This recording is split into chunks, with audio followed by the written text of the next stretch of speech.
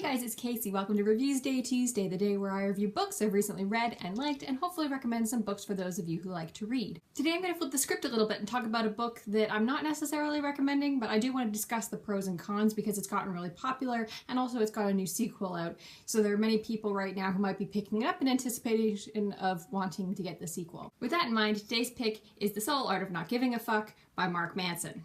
Right off the bat, the difference between this book and the books that I normally review on this channel is that it's nonfiction, and I don't typically read nonfiction. I don't read a lot of self-help books, that's just not my typical genre. However, I got this book for Christmas and I was pretty excited because it's been on my to-read list as a book that was recommended to me as someone with anxiety.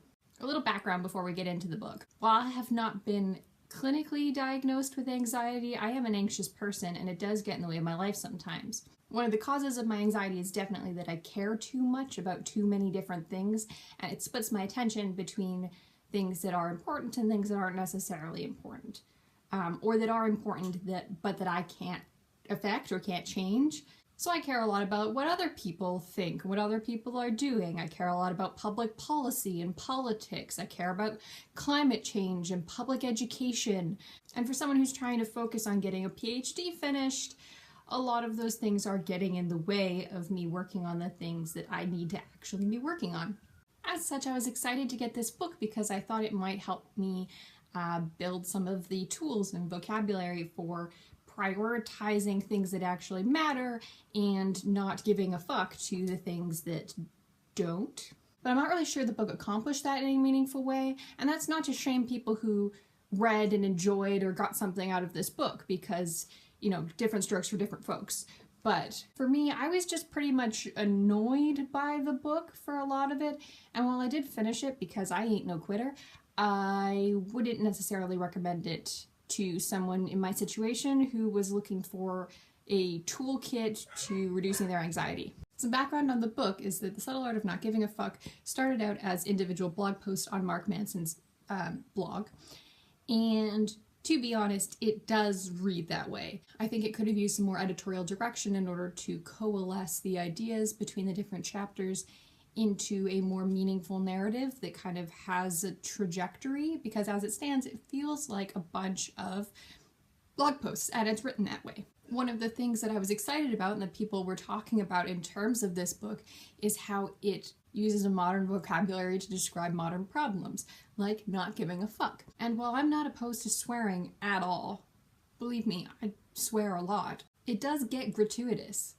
The gimmick of the book, it gets so gimmicky so fast that by page 4 or 5 I was already sick of the F word. There's a difference, I think, between using swear words as punctuation, to make a point, to bring about an emotion, and using it just superfluously, to the point where the word no longer means anything by page 4 because it's being used 20 times a page. That being said, the book was very easy to read and there was a very readable quality to it, and I think that also comes from it being originally blog posts. It's very accessible and uses anecdotal evidence to put forward its points. However, there are points in the book where that absolutely goes too far, and I wasn't even just annoyed, I was kind of offended in certain places. For example, there's a chapter subtitled Kill Yourself, which, although the book in no way advocates for suicide, someone flipping through this book could be triggered by that. And I'm not saying that lightly. I'm saying that someone picking this book up in an effort to help themselves does not need to see the words kill yourself as a title of a chapter. There's a difference between saying, you have shitty values, here's a way of prioritizing things that are actually meaningful to you so that you can get more joy and fulfillment out of accomplishing your goals, versus saying, kill yourself. And the book means kill yourself in the kill your other identity type thing, like don't worry about this persona that you've built up of yourself and get rid of all that and just kind of focus on who you are right now. But that's not super clear from just reading the titles of this book, and isn't really clear until partway through the chapter anyway, and I think that put me off initially. There are also moments in the book that I think could have used more editorial direction in terms of being sensitive to different kinds of readers.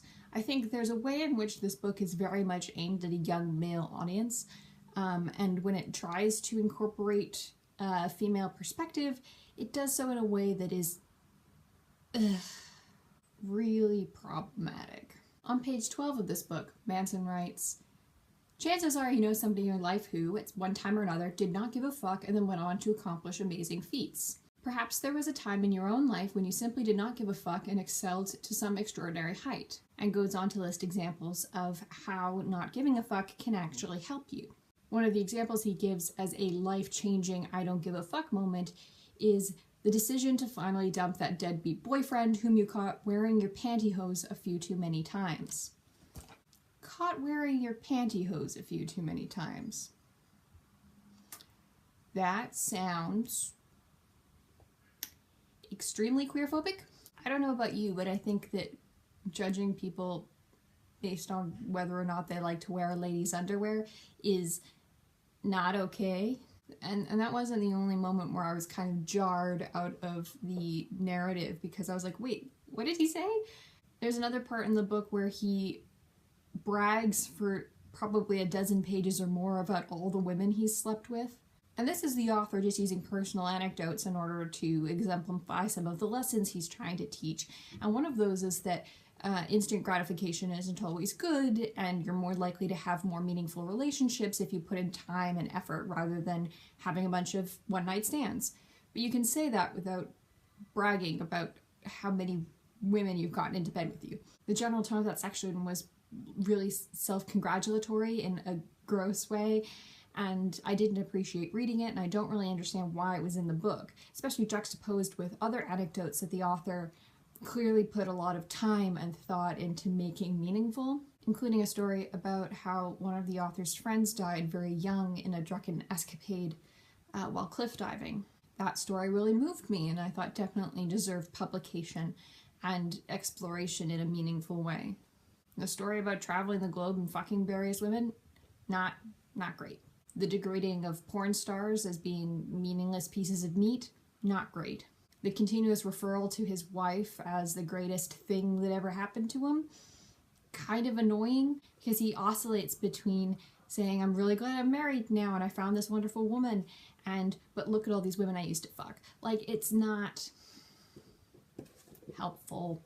There's also an anecdote about the author sitting on the edge of a cliff with his feet dangling over the side and thinking about the dangerous situation he's put himself in. And while he doesn't want to kill himself and doesn't really think about it, he does think about the danger and pushing himself past the limit of where he was thinking, like, I'm in danger, my heart's racing, the stress of being in this situation is really crazy. But then he encounters a stranger after who looks and sounds worried because he just saw this guy sitting on the edge of a cliff looking, for all intents and purposes, like he's gonna jump.